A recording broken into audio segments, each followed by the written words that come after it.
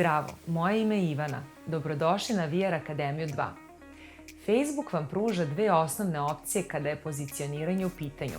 Možete da dozvolite da Facebook automatski kontroliše pozicioniranje vaše reklame ili da manuelno to sami uradite.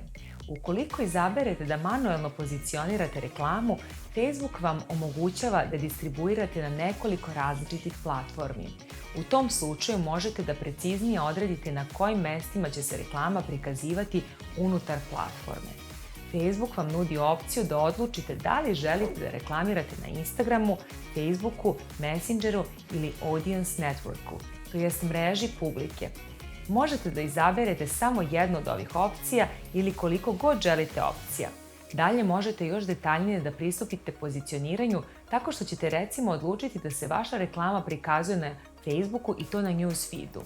Možete testirati koje od ovih opcija su najprikladnije za vaš posao, istraživati koje su pozicije najpogodnije u skladu sa ostalim delovima vaše kampanje, kao što su postavljanje cilja i ciljna grupa. Iako vam je dostupan veliki broj pozicija, budite pragmatični.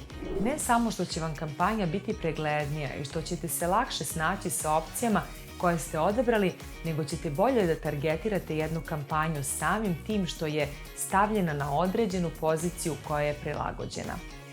Za početnike se savjetuje da koriste automatizovan proces pozicioniranja jer je jednostavniji.